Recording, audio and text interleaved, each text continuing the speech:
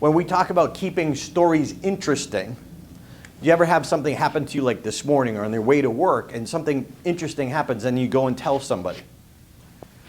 What I believe you're going to take away from this boot camp, thanks to Craig's model, is when we say something or we're telling a story for the first time, we have these points where we say something really interesting and we say something else interesting, and then we flatline and we flatline, and then we say something else interesting in telling of the story and we flatline, and then there's something else interesting. So the first time you tell a story, it's,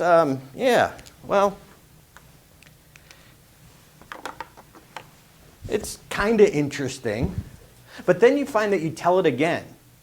But because the first time you told it, there are points where you didn't get that reaction you thought. So you thought it was really interesting that the car pulled in front of you. But for some reason, the way you said it, or the visual you put in people's mind, it was like, yeah, and? So what? Yeah? Come on, move it on.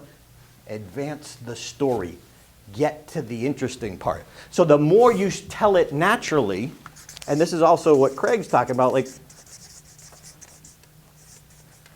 when he sat down with Ed and I in Key West, he told it, and he got a great laugh. He got a great response.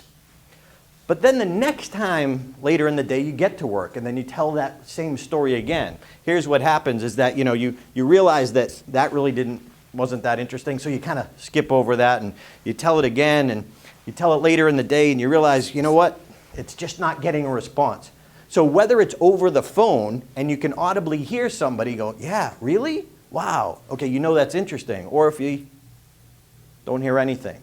So telling it in person, we get more reactions and we can see what's interesting. But even telling it over the phone, you still are you're learning to tell your story because we're trying to get those reactions.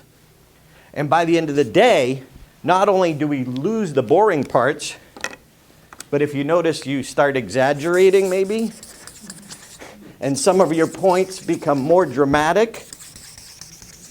I'm not saying you lied or anything, but maybe the line was a little longer in your head and in your story than in actuality. So naturally, this is what we're trying to do, is Craig's model will help you speed up this process, that this is what you do naturally. Because why do we do this naturally? But then we have a story that we're going to tell in our speech, and for some reason, we don't tell it over and over again like that real life happening that we want to tell our friends about.